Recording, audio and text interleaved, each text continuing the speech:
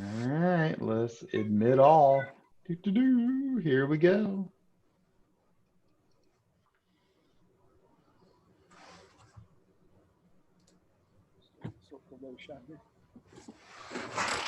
All right, sir. You have the floor. How are you guys doing? Awesome. Thanks for coming. Thanks for Jay being here with me. I'm excited to get through some of this stuff. Should we just jump right into it? I got plenty of content, so if you guys have questions, feel free to post them. Ross can read them to me. We can ask and interrupt as we're going.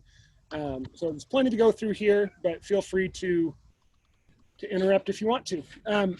So I will start tonight. We're talking about my approach to footwork. My approach is a little different than most SCA footwork, mostly because I had lots of good and bad habits before I ever joined the SCA, coming from doing a lot of boffer beforehand. So when I approach footwork, there's some hard and fast rules that I've heard in SCA, never do this, and some of those things are some of my bread and butter techniques. So my way's not right. If I win occasionally, my ways aren't wrong necessarily either, but hopefully it's kind of a fresh perspective for some of you guys that maybe have heard some of the same things over and over and over, and this is just a different take on it. So my first, you guys can hear me okay? I can hear you fine.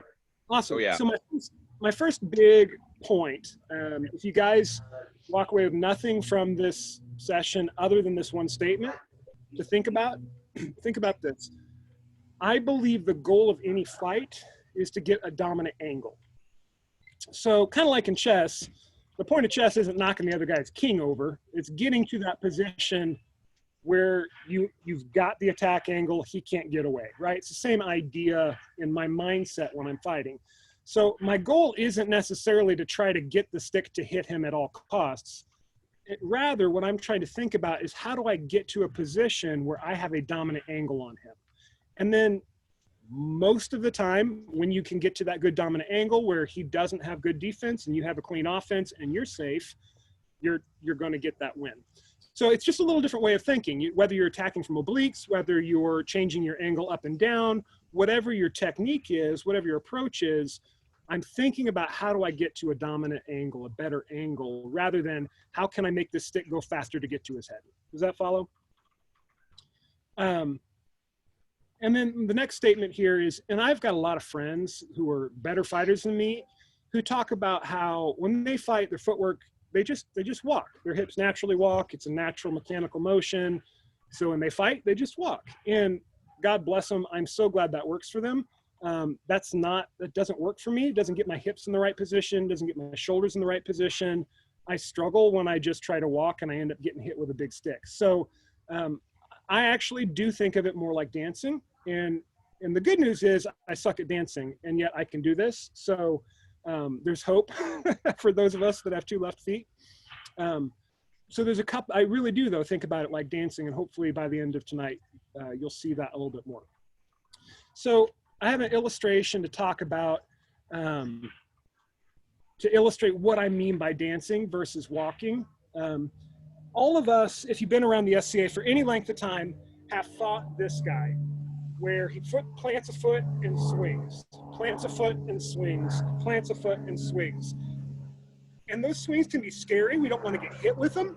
But the reality is we've blocked them here before the windup has even started, because we see weight transfer and then that shot being generated. And that's telegraphing. Even if their stick doesn't come back, even if they walk, throw, even if that stick is not cocking back to telegraph, they're still telegraphing in this big heavy body movement of land and throw, etc. So what we're trying to do is replace that kind of cave troll walk with a fencer's smoothness. If you guys have ever fenced or known anybody that fences, oftentimes in fencing, their goal is to keep their upper body smooth as they advance. A drill you see sometimes fencers do is they'll grab a piece of chalk on a chalkboard or a marker on a dry erase board and get up right next to it, and they will try to advance in a straight line and keep that line straight. If they see the line doing this sort of thing, and you look at the whiteboard and there's a bunch of big squiggly lines, you're telegraphing your motions. You can see when you're planning your weight and that you're going to throw. But if you can come in smoothly, however that looks, and there's no noticeable weight transfer, then it's much harder to read when those shots are going to happen. That makes sense? Yep. Okay, so we're going to get into the basics real quick. And Jay's here with me too, so he's hiding in the shadows. So Jay can jump in and tell me when I'm lost my mind or speaking unintelligently. So I'm glad he's here. But we're going to talk about the basic types of stances and basic footwork. That way, as we get a little bit further into this conversation, my vocabulary may be different than your vocabulary, but at least you'll have heard what I call these things, and you can be introduced to them. So let's start with a couple different types of stances or guards. And Jay, you may have to manipulate that screen so that I can be seen better if necessary. Jay's also got his phone that he can help. So first stance, first guard we'll talk about, kind of the static position. You see it on Pell work.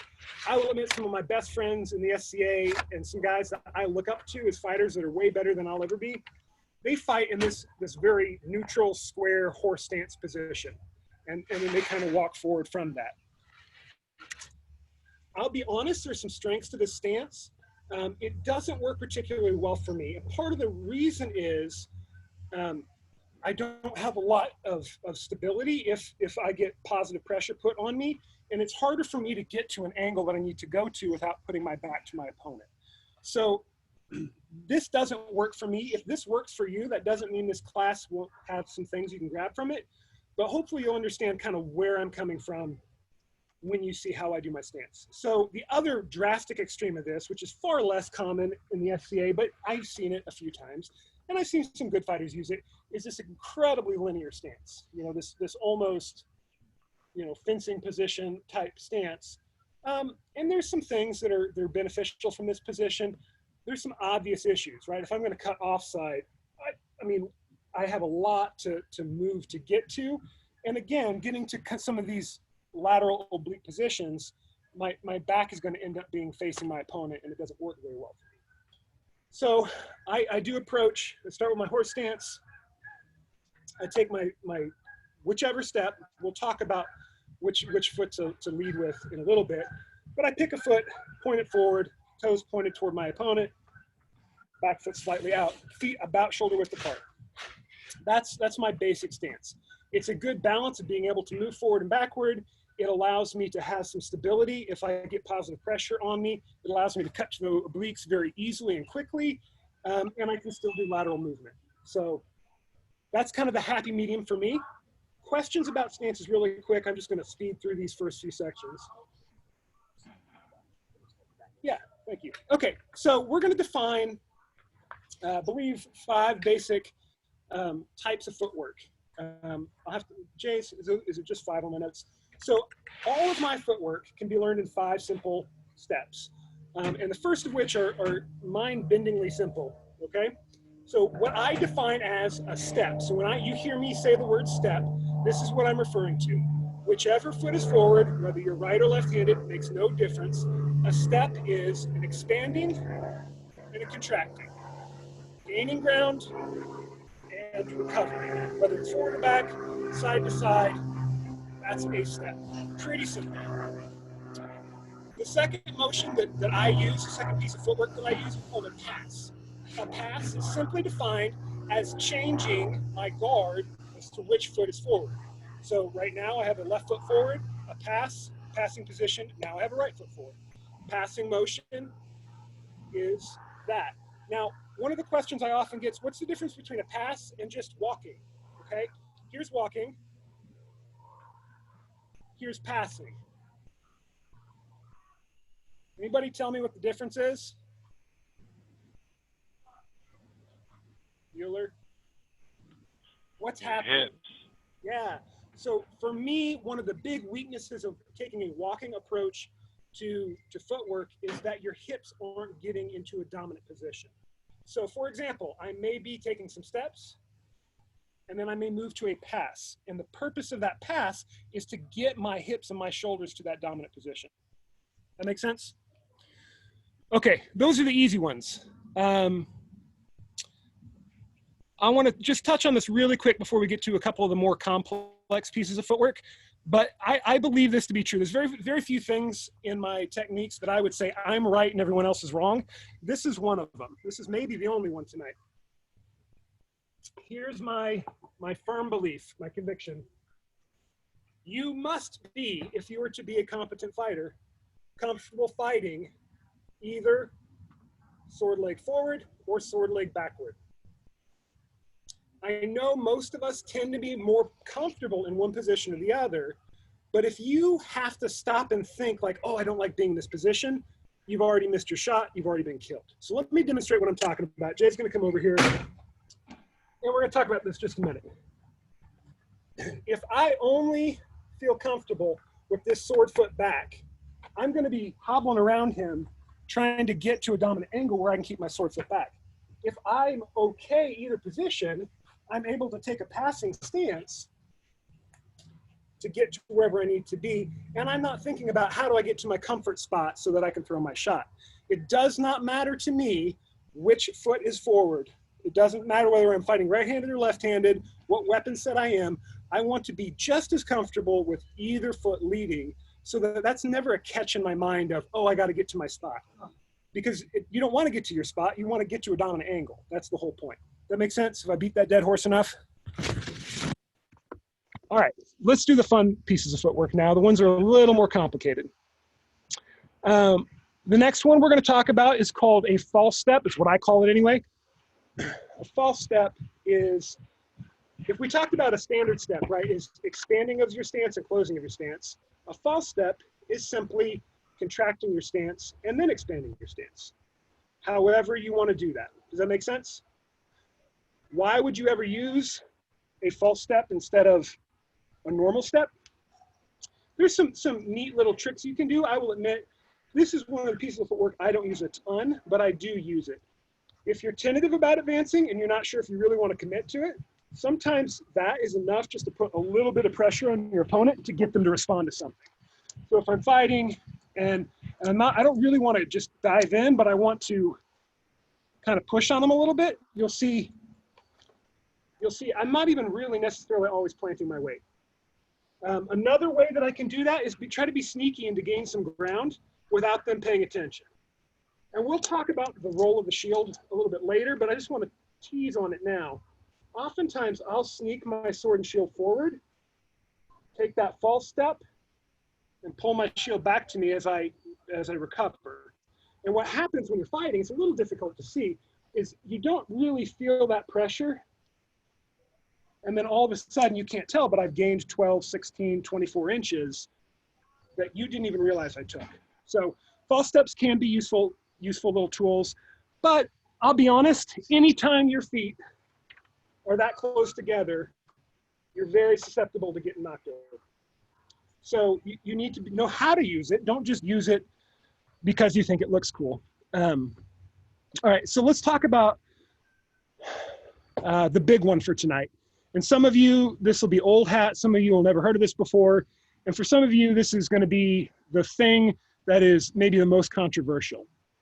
I have lots of friends that talk about crossing your feet is always bad, right? Great sword fighters, good buddies of mine. Some of them, you know, we've had classes for. And they would say, hard and fast rule, never cross your feet. And that makes sense. And I would agree, if you don't know how to cross your feet well, don't cross your feet. It will end poorly. But I use foot crossing in a majority of my fights. Not all of my fights, but the vast majority of my fights. Jay, does that feel like a fair statement? Agreed, 100%. So let me show you how can you see if you can jump on video? I do something called, I call it 2 triangles. I've heard it called other things. Basic concept is, let's see if you can, yeah. I'm going to be streaming from my phone real quick, so if moderator could switch the spotlight over to mine, I'll have a straight shot at Martus' feet. All right, so I talk about 2 triangles. 2 triangles, if I were to draw dots on the ground with where my feet are at, right? I've got one triangle. I have, or one point of my triangle. a second point of my triangle. If my foot takes a step backward, I've now completed this triangle. Does that make sense? One triangle. Okay, now if I move this foot forward, I've now completed the second triangle. Okay, so let me do that slowly. One triangle, two triangles. That makes sense? Everybody follow that? All right, I'm gonna do that in real time so you can kind of see what that looks like. I apologize if it's a little jittery. Right, just a little shuffle step. What that allows me to do is to actually work around my opponent either direction I like. So if my left leg is back, and again, it doesn't matter whether I'm fighting right or left-handed because I don't care which foot I'm leading with, I am able to circle around my opponent, maintain whatever range distance I like. If I want to go the other way, I take a passing step. Remember that passing step, the switching of my hips, changing my guard, and I can take my two triangle steps the other direction. Questions on that so far? Does that make sense? Thumbs up. Happy people? So do you just count on your opponent not attacking while your feet are together or crossed? What an excellent, excellent question. Let's switch back to my primary screen here, and I'm gonna show you what this looks like in a live fight. Hopefully the screen picks it up a little bit. So, here's my bad guy. When I'm fighting, I may have a step. I may have a passing step. I may step back. I may pass again. Pass. Two triangles. Pass, two triangles. I'm trying to keep my feet at any given time smooth and under me. There is a potential I could get my foot caught here, but honestly, the same potential if you're doing a pass, there's always a moment where your foot is off the ground. This is a pretty smooth and stable position for me. But again, it's something that I've worked on a lot. The benefit to it though, let me demonstrate this. If I'm walking toward, or just truly walking to my oblique of my opponent, if I'm walking, I'm gonna put my shield down so the angle. My hips, you can imagine being a right-handed sword fighter. If you can imagine being a right-handed sword fighter, if I get to this point, what do you all want to do to me? Right? I have to get to a position where my hips are here. Even if he puts positive pressure on me, I would way rather have my hips square to him, cutting that oblique, than have more neutral feet in a terrible, terrible angle. So when I cut that oblique on him, my hips are always facing him. And again, remember we talked about cave troll versus fencer smooth? My goal the whole time is always to keep this sword and my shield smooth. So hopefully he doesn't even know, because, right, he's got an eye line, he's got his own shield, he's got my shield. It's really, yeah, you can hold it. It's really hard for you to begin to tell when my foot is making that cut, right? You totally know though, if I do this, right? That's real bad. So doesn't matter, even if I'm right-handed, that's still tremendous advantage to be able to cut backward with your foot to keep your hips square to your opponent. Does that answer your question? Yep. Awesome. Okay. Very last piece of footwork, and then we'll move on. This is pretty straightforward and quick. Leaps and lunges. Some people love them. Some people hate them. Some people hate them when other people do them. We all know that guy who seems like he's 14 foot away and all of a sudden he hits you in the back. We've all fought that Duke. So here's my one statement about a leap or a lunge, maybe my definition of it. A step in my world is expanding slightly outside of shoulder range and retracting my foot. Notice this is not a struggle to recover this step, right? It's just very simple and natural, very easy, very smooth, trying to keep my hands stable and not moving and jerking. A leap or a lunge, we'll start with a lunge, is really anytime you grossly overextend that shoulder range, okay? here's my caveat about lunges, just like crossing your feet. If you don't have the power and explosivity to come out of it quickly or to recover it quickly, don't do them. That doesn't mean you should never do them. It means you should work on your power and explosivity. But a lunge, right, for me and my body and my overweightness and my out of shapeness and knee surgeries, I may not want to lunge to here in a fight because I'm going to have a hard time coming up out of it cleanly. But absolutely here, yeah, I can lunge, make it and recover quite comfortably. Same thing with a leap.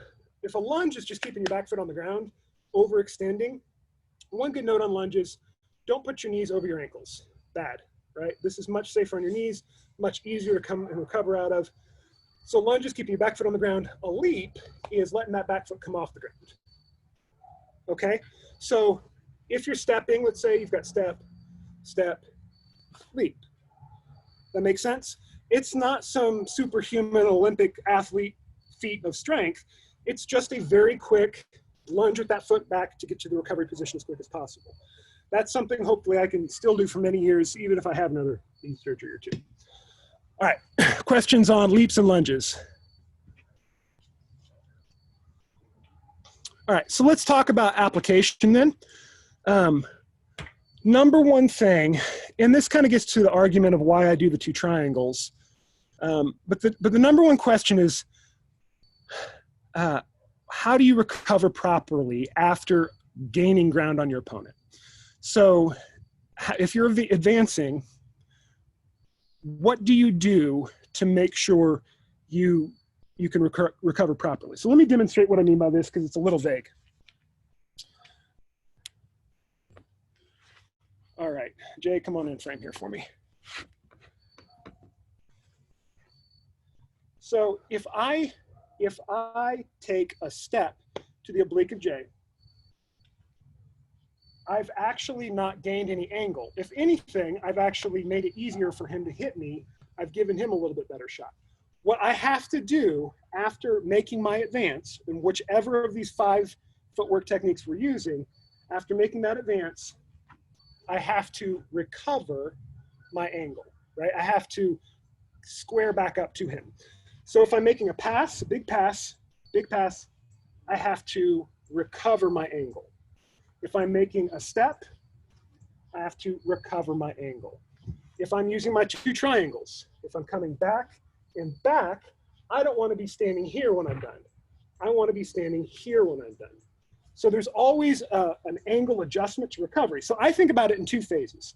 The first phase is the gaining ground. The second phase is gaining the angle. The goal of the fight is to gain a dominant angle. That's where the magic happens. So the magic of the footwork happens in recovering that angle. And there's 2 ways to recover that angle. One is if I take that step, I can pivot my knee and hips forward, right? Whether it's back foot pivot, front foot pivot, or both foot pivot. That's one way to do it. And there's nothing wrong with that. There's a lot of power in that. It can be done quickly. I'll be honest though, I have a really hard time putting that much torque on my knee. So when I do my recovery steps, I actually just pick my feet up. So if I take my little advance on Jay, did you see that? Right? Pretty simple. Whether if it's a straight advance, you see that just little hip correction. It can either be a pivot or it can just be to reset my feet. And so a lot of my footwork is pass and recover, pass and recover. And I may have a couple shuffle recover steps to get my hips and shoulders to that angle I really, really want to get dominant on that angle. And there's little adjustments, and that's okay, because I'm just trying to get that 2 or 3 inches around the corner that I need to, all of a sudden I see that back shot, that shoulder shot, that head shot that was blocked a moment before, but is not blocked now. So there's really 3 parts to every foot movement. I lied earlier when I said there were 2. There's your advance, there's your contractive step, and then the recovery. You can kind of blend together that contracting step with your recovery, but oftentimes it can be kind of advance, advance, contract, shuffle to reset yourself. Questions on that? It's a little obscure and theoretical until you kind of do it and play with it a little bit. I So- had never thought of it as 3 parts before. Yeah. I've always thought of just the 2 parts, and I think it makes it a lot easier for somebody to understand as 3 separate parts. Yes. Now, that doesn't mean that a good fighter can't somehow recover angle either during the advancing or the contracting of the footwork. I just often do it at the end. You could definitely make that 2 pieces of the footwork and not 3. But very, very often I do it as 3, and it doesn't lose me speed or timing. It's just constantly readjusting. And again, it's not by feet. It's by, little inches here and there. So I noticed that you don't lift your feet up very much. I haven't seen you fight a ton, but I've watched Jay quite a bit. And it almost seems like, especially on a mat, his feet are almost sliding on the mat. They're not lifting up. And it looks really cool. So I was really excited about your class. It's all about looking cool. That's really all that matters. Keeping that dominant angle. So to touch on that a bit, the footwork, I have a background in wrestling and football. So there's 2 things in that. In wrestling, obviously, you want your feet squared, or you want your weight kind of squared out. So you don't want to have these large, big steps off where all your weight's on one leg. So being able to kind of keep that foot, pick it up where you need to. And also, same as Martus, I tore my meniscus, so not coming down on that leg super hard is nice. Kind of the foot slide gets back into that false step he brought up earlier. When I take a leap or a lunge, oftentimes I start it with one of those false steps. So if I'm fighting 2-stick and I've got my leg back, if I just push off that back leg, I can cover ground, but not as much as if I cheat that leg up. So if I'm timing it, I can take a false step, cheat that leg, my back leg up towards where my front leg is, and then push off that. So instead of just pushing from here, I can push off from here. And I mean, that's with the exact same amount of effort, I'm gaining that extra foot that I picked my back leg up. Jay, can you talk for just a minute about kind of that lineman mentality Sure. as far as cutting back to obliques that we were talking about the other night? Yeah. I thought that was really helpful in understanding this concept. Recovering on obliques, if you YouTube or look up offensive tackle in football kick step, if you just look up football kick step tutorial, the premise of it is that you are if I'm an offensive lineman, I'm in a stance, right? And I've got one leg forward and I need to recover to the oblique while still being able to get my power back this way if I need to. I've got a huge guy trying to kill me and the guy behind me. So if the kick step is you're pushing off your front leg, retracting, taking a expanding step. It's a backward step in Martusism. So you're taking a backward step, that expansion back, kicking off your front, and recovering here. That's a straight up kick step in football. And what that allows you to do is get off at an angle to make sure no one goes around you. And if that person cuts back on the front side of you and tries to cross your face, you're not turning and moving this way and unable to recover back. Show us what that looks like if you walk instead of take the kick step. Sure. So if I'm walking backwards, I can't recover back this way. I have no ability to explosively move. This is to my right. Right. If I kick step backwards, I can still, right off the step, recover back right because my weight center over my feet, I'm not lunging backwards. It's just a backward step. And at any point in the movement, I can cancel out of that and get back this way. Yeah. And so I noticed a couple of things in that. I noticed that his hips and shoulders are aware of the angle of the opponent, and also that he's making these minimal smooth, you talk about keeping your feet low to the ground. They're efficient, right? We don't want to make these big clunky footwork pieces. We don't want to. We want to keep it a small, simple movement that's as efficient as possible, because we're not particularly, you guys are going to laugh maybe, it's not about being faster. It's about just making more smooth, efficient movements. Does that make sense? For sure. A good thing to do too is just, if you're thinking in that step mentality, what's the furthest step you can take without becoming off balance? So if you're fighting, you can step. That's, short, contracted, short, a little longer every time. If you're stepping out here, then my weight's not centered. My weight's on my back leg until I hard transfer it onto my front leg. Yep. If you take those shorter, choppier steps, at any point in time, you can counter back and never lose that center of gravity. Yeah. And part of the goal of that, again, is to maintain smoothness with your upper body so that you don't see those big, clunky, rocking footwork steps. All right. What's next? We've got any more questions on that? Those are good questions. Okay. We're going to talk about waltzing. Logan, this one's for you because you talked about never thinking of it as a third piece. So we're going to talk about literally waltzing. We talked about dancing earlier. When I say waltzing, what I mean is that 3-part footwork. So when I am doing my backward triangles, I'm typically thinking 1, 2, recover. 1, 2, recover. Let me show you what that looks like smoothly. 2, 3, right? 1, 2, 3. 1, 2, 3. 1, 2, 3. 1, 2. 1, 2. 1, 2, 3. 1, 2, 3. 1, 2, 3. So not always thinking about my footwork as just 1, 1, 1, or 1, 2. I'm often thinking about pass, double triangle, recover. Or step, step, double triangle, recover. 1, 2, 3. Oftentimes my fights flow in sets of 3s and 2s. And again, that's part of that is so that I don't become really predictable. I want to be able to have that 1, 2, 1, 2, 3. And it allows me to throw whenever I feel comfortable throwing.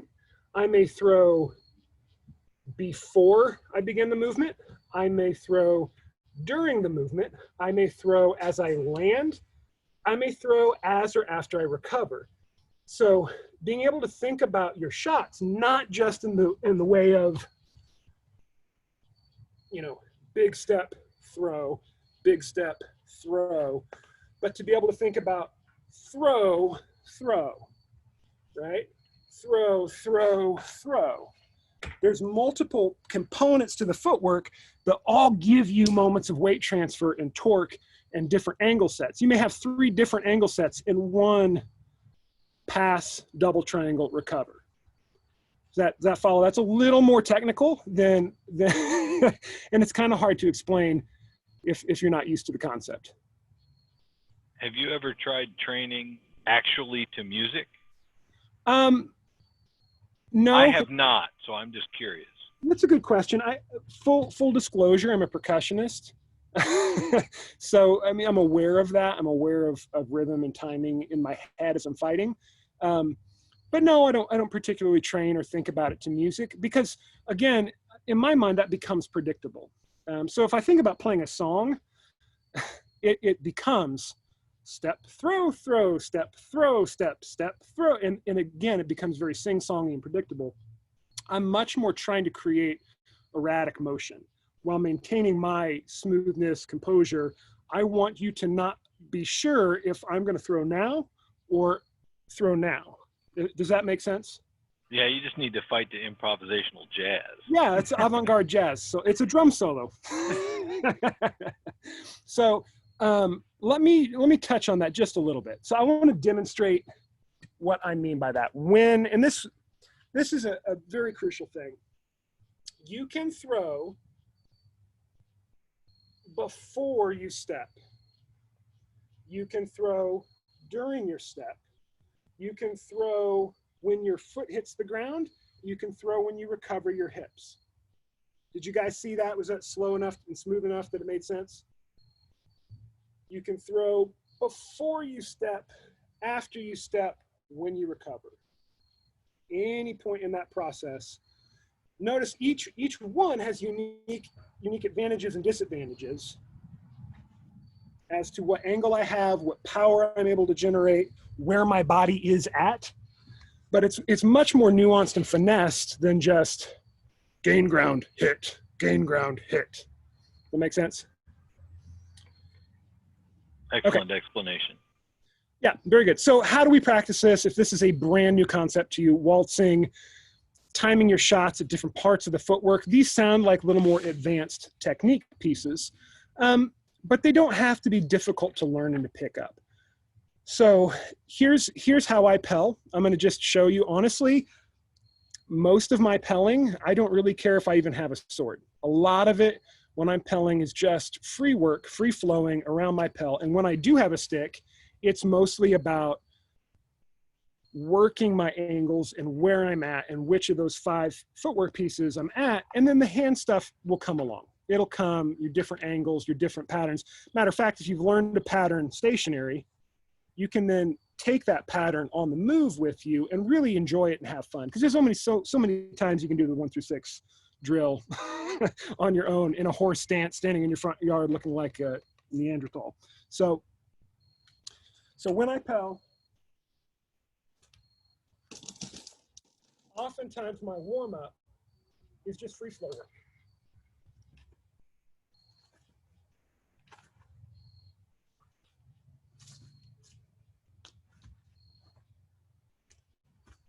Does that make sense?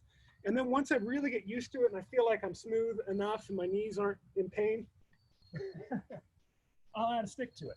And I'll begin to incorporate some shots. Again, though, the focus is not on the shots.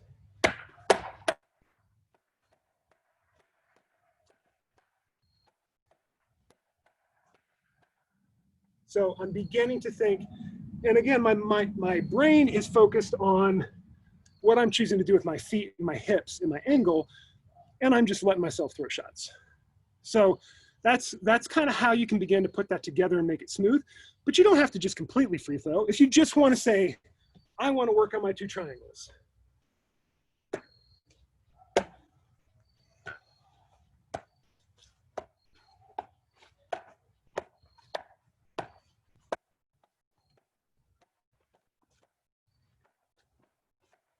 Right? Just work it and play with it. You just want to work on passes.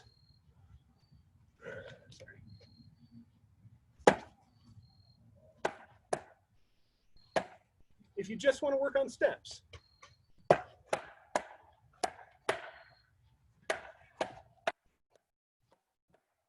Leaps, lunges, same idea. And it really makes your Pell work more dynamic, more realistic. It makes you, it's a better workout. You can hear I'm breathing just from 10 seconds. That's most like I'm out of shape. But okay, questions on that? Anybody laughing at how I look when I'm Pelling? Okay, That's pretty awesome.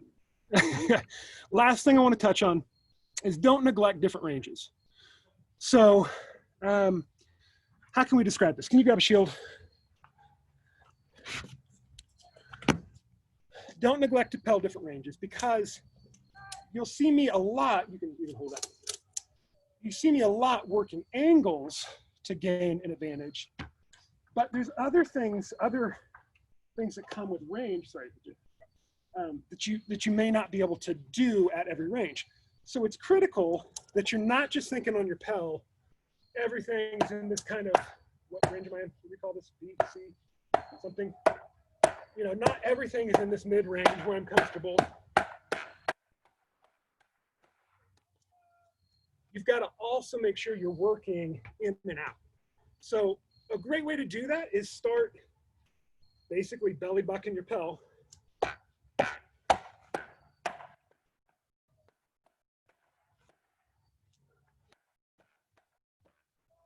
Whatever, so that you're working both in and out shots.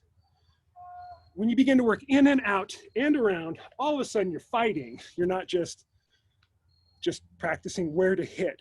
And a huge part of this, remember, is the goal of the fight is not to hit them with the stick so much as it is to get to a place up, down, in, out, side, side, that gets me to a dominant angle where I maybe have 3 or 4 different ways I can hit from a safe position. Less simos that way. It's helpful. Okay. Questions at this point?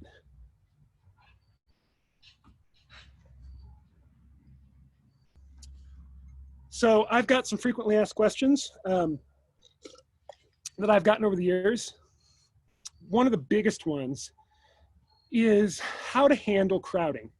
Anybody ever dealt with that before? What do you do when somebody is just not giving you space in a fight? I think we've all been there, unless you're the one gigantic dude who just loves to be belly to belly the entire time, in which case you might be that guy. So don't be that guy, just kidding. If that's your jam, do it. But for a lot of us, I mean, I'm 220, 215 right now at 5'9", and in SCA terms, I'm not a heavyweight, right? There are guys much bigger, much taller than me who really like playing belly to belly or charging through me and want to see me trying to do some fancy footwork so they can blast me over. So how do you deal with crowding? And I'm going to show you a couple real quick techniques on how to do it. We like to call this, what do we call this, Jay? What's the term we decided on this? The wipe? Wipe. So Jay's going to come at me like he's a big, scary 350-pound Titan class gorilla, okay? Come at me real slow. He's advancing. I'm going to step to his oblique. I'm going to put my shield or my boss or whatever part, put pressure pushing this way or pulling as I try to continue to the oblique and regain angle on the backside, okay? Sounds really complicated. It's not. He's coming at you. Oh, crap. Get out of the way and push him past you. Yeah, let's try it the other way. He's coming at me. Oh, crap. Pushing past you. And again, that second hand is actually a sword. So come at me again. Shield, sword. Come at me again. Shield, sword. Let's do it the other foot. I don't care which foot's leading. He's coming at me. Push through. You notice I can pivot. I'm trying to get his body past me, and then I can recover that angle to get around him to a dominant spot. Let's do it the other way. I'll come this way again. So you come at me, again, pushing past and getting behind. Oftentimes, it doesn't look super pretty. Let me show you what it often looks like. It looks like as he's hitting me, making contact.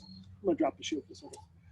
As he's hitting me, making contact, I'm trying to push off of him at the same time I'm trying to oblique him to get behind that shot. It's a very hands-on, aggressive way to try to, same thing I'd be doing if I were passing and double triangling to get around him.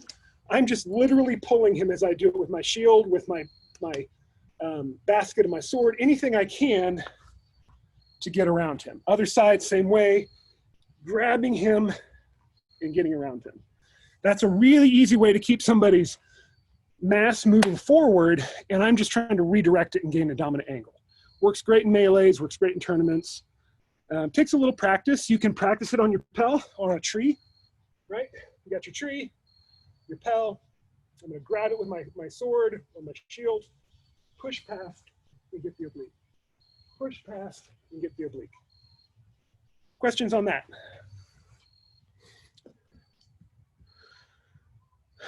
Okay. We've had differences of opinion from various instructors on practicing with the shield, with the gauntlets, with the elbows and whatever to try and get the feel, or the feel isn't important. It's figuring out how to move your feet and where to put the stick. I'd be interested to know where you come down on that. Yeah, sure. The training you will do is much more successful and useful than the training that would be better. So what I mean by that is, if you're happy to get your helmet on and your mittens on and get your shield every time you want to Pell, and you're going to Pell for an hour and you're going to commit to that 3 times a week, that's probably best for you. I'll tell you, when I'm Pelling, I may get to work out 3 or 4 times a week, and I may be doing some barbell work, some kettlebell work, you know, pull-ups, push-ups, that sort of thing. And I may be doing circuits, and I'm just going to run a half dozen Pell shots with each hand in one of my circuits. And I do that while I'm working out. I may just run some footwork in while I'm doing burpees or barbell thrusters or whatever. And for me, most of the time, I've got a real heavy sword because I'm trying to control, do some little bit more resistance, trying to get my heart rate up, trying to manage some of those things. And I just incorporate it into my workouts. But at the same time, if I never pick up a shield, there's some shots I really love throwing, especially the offside leg, some cool Moulinet stuff that looks really amazing and works really well until you put a shield on and you bang yourself in the shield. So if you always practice without it, you're going to run into that issue.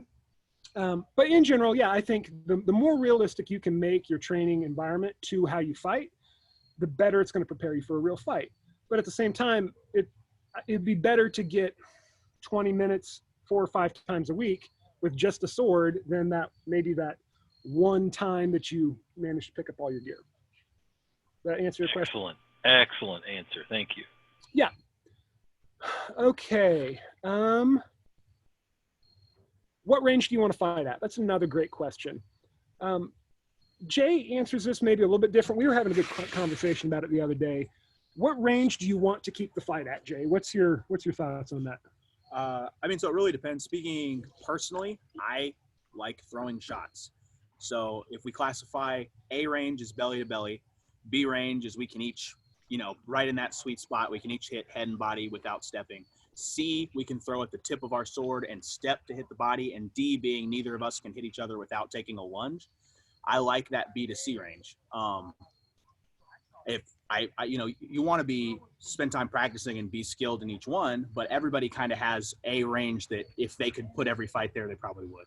So knowing what yours is and trying to spend the time that you can there is important, but also on the flip side, knowing what your range is and practicing the ones that you don't like. For a long time, to a point still, but for a long time, I hated getting crowded. Like Martus said earlier, I practiced throwing a lot of shots. Somebody gets right in my grill and a lot of those shots away. So spend time practicing at the ranges you struggle at. Anytime you get uncomfortable, that's somewhere you have room to grow in. So the thing I like about I disagree with Jay and agree with Jay. The thing I love about Jay's approach to range is that he plays where he's confident, and that's huge, right? You've got to play the footwork, you've got to play the guard, you've got to play the range that makes you feel confident and comfortable in the fight. Like, I know that I can do this. I'll use a fishing metaphor because Jay knows that I use lots of fishing metaphors when I teach.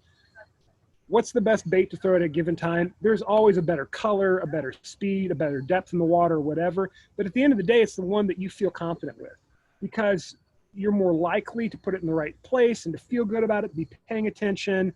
The stars are going to align more likely if it's what you've already got dialed in. So in that respect, absolutely, know where you feel confident and become excellent at that. Where I disagree is kind of with like which foot do you lead with, your sword foot or your shield foot? And the reality is, in my fights, I want to not ever be uncomfortable in a fight. Now, I will confess there are places in a fight where I feel less confident and less comfortable. But as much as possible, I want to train up tight. I want to train in the middle. I want to train out far, so that I don't feel uncomfortable in range, because there's going to be advantages sometimes in the range maybe I don't like as much. The other part of that is there's going to be ranges that your opponent is better in. So for example, if I'm fighting somebody I know is faster than me, they are just faster than me and I'm not going to beat them to a shot, I want to stand as far outside of the range as I can, because I want to give as much time for that stick to travel as possible, right? If it's going 110 miles an hour, I still have just a little more time to respond to it if I'm a little more hesitant and further back. In the same way, if I know I'm just flat down faster than somebody, I'm going to stand in that gunslinger range where we can both hit each other. It's just whoever's going to get there quicker. I'm comfortable there because I know if I think I'm faster than you, I'm going to just gamble that if I hang out in this range, I'm more likely to beat you to the shot. Maybe in the same range, theoretically, if there was some guy who was much smaller than me and I was able to horse him around with my body, I might play up in that really, really tight range, in order to just pin them down and keep that positive pressure on them. That doesn't happen a ton, but I do like playing close belly to belly ranges. Sometimes also, if somebody's faster than you, getting belly to belly is a great way to take away some of their cool tricks and speed stuff. It just shuts down their game and it becomes more of a chess game, who can position to that better position a little bit. So yeah, no, I appreciate how Jay views that, and I think there's a lot of awesome stuff there. If you guys have more questions, please feel free to ask them. I just wrote some down that I know I've answered before, talking about similar things. This is an interesting one. I don't want to spend too much time on, but it's something I've actually changed my opinion about in the last couple of years. What part of the sword do you want to hit with? Again, this has to do with footwork because you're trying to get to that dominant angle to set you up to make the shot you want. Yeah, we do look like a couple of rednecks, especially with my Duck Dynasty beard here. What part of the sword do you want to hit with? For years and years and years, I really wanted to try to hit, well, you can see in the sword, it's taped here because it's taken a lot of shots there. I've wanted to hit somewhere where I can deliver a lot of mass. If I'm too short or too far away, it's a really safe spot to hit. I've actually changed my opinion of that recently. Jay, will you pick up the sword? I've now gotten to the point, just pick a guard, just like you got sword and shield. I've now gotten to the point where I tend to, if I have the option to, try to hit with this very last tiny, tiny bit of tip so that I can keep my hand as close to me as possible. There's some pros and cons to that, but I'm playing with it. I like it. When my arm's out here, right, it's a great shot. I've got a high power. I've got lots of good stuff happening. But the further my arm gets away from me, the more I lose power and speed. If I can deliver the same shot with my body tight and torqued, I can oftentimes come inside of his guard and beam him with just the very last tip, inch of my tip. It's amazing to me how many times this will get blocked, but this won't get blocked. So if I have the option, I want to keep my arms closer to my body and use the total length of my whip, right? If you're whipping something, the place that has the most speed, the most power on your whip is the very, very tip. So I've been playing with that. I'm not married to that, but it's something to play with. If you've never worked your Pell, if you've always worked your Pell like this, and you've never worked your Pell like this, where you're thinking about flat, literally hitting with just that very last inch of tip, play with it. It's harder. It makes your targeting more precise and better, and it gives you a little more speed and power. So not a hard and fast rule, but something I've enjoyed playing with the last year or two. You work both when you're doing your footwork work, do you work both right hand and left hand? Yep. So I'm about 1/3 each. So I would say, well, maybe it's closer to 30 to 50% of my Pell time is really truly done with no stick. The rest of the time is I tried whatever I do with one hand, do with the other, just to keep it, if for no other reason, so I don't become some grotesque version of Martus. Yeah, I maintain balance. I want to still stay good with my offhand. So yeah, I try to develop as much time with one as the other, but I'll be honest, there are times where combos feel better one-handed than the other. There's times where my right hand, there are particular combos I really enjoy throwing with my right hand that I don't even like as well with my left. They don't roll over quite the same way. Maybe got a little catch in my wrist on my left hand from too many years of doing stupid stuff. So there are things that I gravitate towards more one-handed over the other, but in general, as much as I can, I try to balance. But honestly, yeah, almost half of my time on a Pell is spent without a stick in my hand. It's just a device to maintain range and to know my angle. Okay, let's fly through some of these. Let's talk about this really quick. How do you GTFO in a tournament specifically and don't get pinned into the corner? I'm going to show you how I get out of dodge as fast as possible with this particular footwork technique that I use, and try not to. I don't always do it successfully, but I try not to just straight up run away. So I try to not just do this because I don't want to get banged into a tree, the edge of the tourney field, whatever. Jay, if you'll stand up for me real quick. So if Jay is aggressing on me or I just need to get out, maybe I've got a problem with equipment or whatever, and whatever reason I want to get around, I am going to try to not just backpedal, I'm going to try to two-triangle my way out of it. Right? And the reason why is what's weird about this, watch what somebody who's aggressing you and you just keep backpedaling, they're very likely to just keep putting pressure on. If you dramatically pivot out on them, they're going to stall and turn their hips.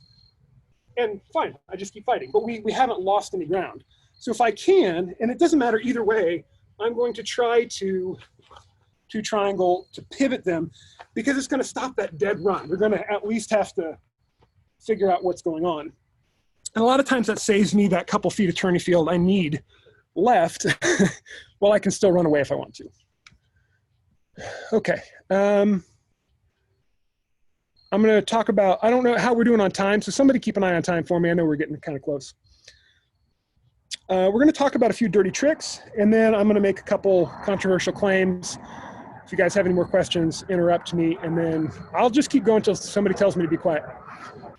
So talk about a few dirty tricks that work really well when you're doing this.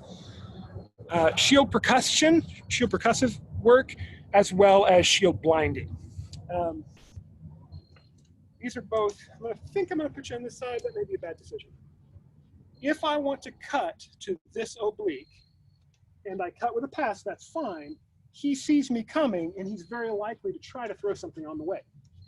Oftentimes what I will do is extend my shield or my guard first before I come, or even try to circle in front of his face. You guys can't see that very well, but if Jay's here, I really truly want to just circle that in front of his face. I want to just put something moving past his eyes as I'm trying to move, so he's not targeting quite as accurately. There's a huge caveat to this. I don't want something to go in front of my eyeballs, because if I do that, I don't know where Jay is. He's going to smoke me. So oftentimes when I'm cutting that oblique, either with a pass and a recover, or some form of the two triangles, I'm going to extend, blind, and come out the other side. Let's back up so you can see that just a hair better. I'm going to take my pass, blind, and come out the other side. Again, I'm blinding toward him while moving my head out where I'm going, versus blinding myself and then getting hit. So I'm trying to, right? I want to see, I look really cool with my head backwards. I want to come up and look out where I'm coming. So it's a shield blind, and I can peek out the side where I'm going to recover. So that's shield blinding. I use it a ton, both directions. Again, never putting it in front of my own eyes, always extending out over their eyes to come out the other side. It helps just get some distraction while I'm trying to gain my angle. The other one I would talk about, we don't have a second shield out here, which is fine, but you'll often see, Xerxes does a great job of this. Yeah, absolutely. You'll see Xerxes hit shields percussively to set up a shot, just to kind of freeze their shield, distract them. I do the same thing. I'll just do a little, I'm not stabbing them with the point of my shield. I just want a little bit of positive something. And oftentimes that opens me up either for a shot or more likely for a move. Because again, it's just going to freeze them for a second, and then you've gotten to your oblique angle and you've got your fight over with. So those are just a couple of dirty shield tricks. Remembering you're going to use all the tools you have in your toolbox to accomplish your mission there. Yeah, very last thing in the dirty tricks category. This is actually should be in the technique area, but I call it dirty tricks because honestly, I don't see it a ton in my day-to-day fighting. And it's something you really can practice really easily. If you do any boxing, or if you've done a lot of martial arts, there's two ways you can play defense. You can block the shot, or you can just not be there when they swing. So I do a lot. We're going to just do, real slow. Let's do back and forth for now. I do a lot of slipping or bobbing or disengaging from the sword. And it's something you can practice with the body. So throw it at my shoulder height. Yep. And I'm doing it very dramatically. Mostly because I'm not wearing a helmet. Usually, if you want to practice with a buddy, get a boffer sword, a pool noodle, something soft, and just have them bring it around, or have them come back the other way, or have them try it both ways. But what I want to accomplish is, as I'm cutting to that oblique, if he's swinging on my head, I want to actually tuck my head toward the attack, duck under it, and come up to the oblique. Same thing, if it's coming this way, I will tuck under it and come up. Can anybody tell me maybe why I wouldn't tip my head this way and duck under it? I see that a lot. It sounds silly, but I see that a lot when people are trying to duck under shots. They feel it coming, and their natural response is to cringe, and you're gonna get plastered in the jawline, right? So take your head, tuck your chin, get under the shot that you're going. If you're going there already, it's great to time it for a shot, right? If I wanna get to the oblique on Jay's sword arm, I can try, or if I can get him to throw something, now I've got all sorts of tastiness. Does that make sense? Same thing on the offside high. I'm gonna slip the shot with my shield, and actually that shield blinding that we talked about also defends from it. So if you do the high offside, I'm using that same shield blind to kind of keep my path clean as I come out the oblique. That makes sense? Something easy to practice, guys. You can get anybody to just swing a pool noodle at your head, where you try to just point your chin, tuck and point, and duck under as you go. All right. All right. So we've hit. Yeah, I'll say we hit 8. So I mean, I'm good to go if you got a little bit more, but I'm just kind of. You guys want 5 more minutes, or do you want to ask a final question and be done? One of the things I've noticed that you're doing with your shield blinding is you seem to always be moving the shield in the opposite direction of what you're going to go, causing their focus to move opposite of where you're going. Is that a conscious decision? That's a very good observation. Yes, that's a conscious decision, but I'll confess to you, I picked it up intuitively for several years and then sat down and tried to figure out why I was doing it that way. You can shield blind the way you're going. Part of it is when I'm peeking out, right? So if you imagine there's that moment where I'm kind of blinded and I want to see you before you see me. So part of that is if I'm going this way, I want to wax on, wax off. I want to see you for a moment before you see me. Coming this way, I want to just peek it a little bit. But yes, it also does have that, I'm coming this way, but my shield's going this way. It creates that moment where it looks like it's holding still. Does that make sense? If my shield is going backwards and I'm coming forward, there's that moment where my shield looks like it's hovering place in midair. And I'm consciously trying to do that. I want it to look like my shield stopped in front of you and I peeked out the other side, but I was moving the whole time because my shield was coming backwards and my body was going forwards. Make sense? Yep. Very good. Okay. I'll give you one last little nugget and then we'll be done for the night. But you guys feel free to message me or call me. I love chatting. I mean, like all of us, we could talk about sword fighting forever. My last controversial claim, and this has to do with footwork because I talk about when you throw a shot. You can throw a shot before the footwork, during the motion of the footwork, when you land, when you recover, everything's golden in there. But the question comes up, well, but you don't have power from any given position. So I'm gonna make a very, very controversial claim, and that's okay if somebody's like, he's full of BS on this. I'm okay with that. I think swinging with arm only and not hips or legs can be done safely. Done a lot of processing on this, a lot of talking to different, very, very smart people about how the body moves. And I think you can swing with just arm safely. And that's coming from somebody who has messed up my shoulders several times sword fighting and really trying to think about what's going on there. Now, having said that, you should swing from your legs and your hips as much as you can. And if you can't swing with just arm power safely, don't. But here's what I mean. Our shoulder works in that ball and socket, okay? When we swing, oftentimes as fighters, we extend that shoulder out of socket or in front of the socket. And it doesn't matter if we're stepping or we're just torquing or whether we're swinging with just our arm motion. Anytime that ball goes in front of your socket, you're in a very damaging, exposed position. And we do that all the time when we're trying to get that little last tiny bit of reach, right? We're working that shoulder out of, you can feel it. You guys can all do it right now. Pick your sword arm up, throw it, and reach with that shoulder and feel what it feels like when that ball comes up and internally rotates and extends forward to your shoulder socket. When you take that shoulder, put it into your rotator cuff, and if you'll think about squeezing your shoulder blades like they're, make butt cheeks out of your shoulder blades. Pinch and control your shoulder blades. Or if you're if you're doing barbell benching, you want to bend and break that bar because you want to be pulling with your shoulder blades to keep that ball in the socket.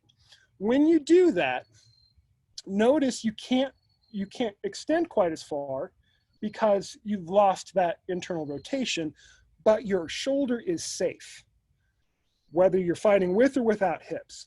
Instead, this is something you guys can all do right now while you're sitting at home.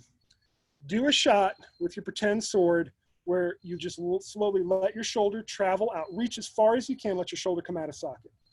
Try the exact same shot, but keep your shoulder blades making butt cheeks. And keep, like you're breaking a barbell in front of you.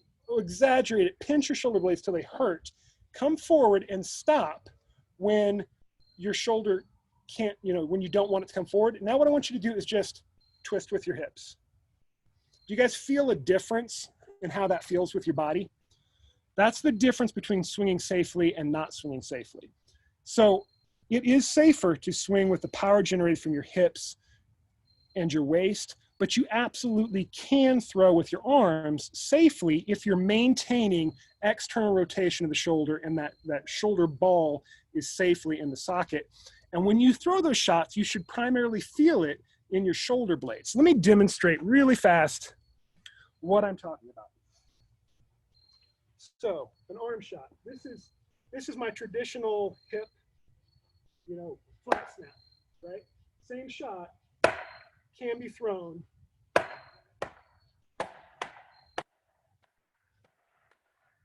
just with arm, but I'm focusing on keeping it safely in my socket. What that allows me to do is to travel one way while still swinging. And it doesn't tie me to always have to only swing with the hip motion. Now, again, if you can't do that, if you've not practiced it, don't do it. But if it's something you want to practice, thinking about bicep, thinking about a safe shoulder, you can work on it. And I should also add to that briefly. You want to grab a shield from me real quick, Jay? Agamemnon talked a lot about this, talking about squeezing shots. I think Xerxes did as well. You can deliver a pretty solid shot just squeezing. If I add bicep to that, right? If I add a little bit of shoulder to that, those are all good shots. And it's not because I'm some freaky power lifter. It's just contracting your chest, getting that shoulder sunk. Now, when you add the hips to it, you're able to do some really cool things and change it up, get some power, get some speed. But it doesn't lock you into always having to only throw where the power is coming from your hips. You guys ready? Now's when you tell me I'm a heretic and send the pitchforks after me. You've all left or agree? We all agree you're a heretic. It's not heresy if it's true. It's only a cult until everybody adopts it. So I literally only signed on to this video to tell you you're a heretic. That's terrific, guys. So any last questions before we sign off? Thank you guys for hanging with me. It's 8:10. I appreciate it. This has been excellent. Thanks, Martus. Yeah, my pleasure, guys. Hit me up, message me, whatever. Give me a phone call. I love talk sword fight with anybody. So, What will your next class be? Push-pull technique. Let me know. I'll teach anytime.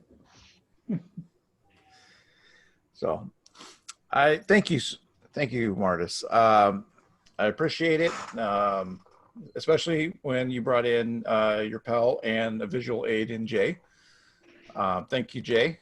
I know I've learned a lot, and the thought of incorporating the Pell work into your daily workout was actually almost like genius. So thank you very much. Thank you everybody for tuning in, and we will conclude this evening's class. Thanks, guys. Thanks, everyone. Have a great night. Thank you. Thanks, guys.